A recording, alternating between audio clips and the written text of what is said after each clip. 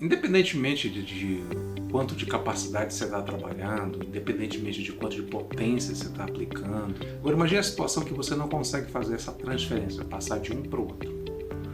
Porque não adianta você ter um transportador ou um equipamento que tem toda essa capacidade, todo esse potencial de transferência de material, e você não consegue fazer a transferência de material, porque quando chega no processo de transferência, ele entope.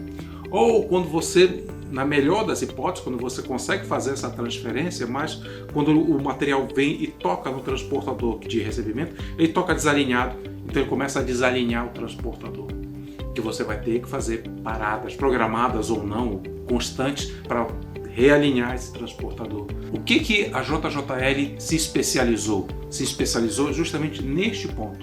Nesse ponto em onde a gente consegue simular o processo de transferência de tal forma em que eu tenha, por fim, como produto, o material alinhado no transportador de recebimento, em que eu possa fazer mapeamentos de zona de desgaste, seja esse mapeamento para eu colocar pontos específicos de revestimento, seja esse mapeamento para eu poder montar a minha casa de transferência ou a minha região de transferência, onde eu possa ter acesso a esses pontos de desgaste constantes, em que eu possa colocar colaboradores de tal forma que seja feita de fácil troca esse processo. Então, a gente tem que ver uma transferência dessa forma. Imagina uma situação em que eu possa parar o equipamento durante minutos para fazer a troca de determinadas peças e botar ele para operar de novo. Enquanto que hoje o que acontece? Eu tenho que fazer paradas muito prolongadas, para adentrar com colaboradores dentro do chute ou do silo, para manualmente fazer esse processo de troca de revestimento. E é uma coisa que a gente entende que não é mais admissível você montar um ambiente confinado, que um chute é um ambiente confinado, que você tem que lá montar andames e tal, para entrar com um colaborador, para fazer o processo de troca.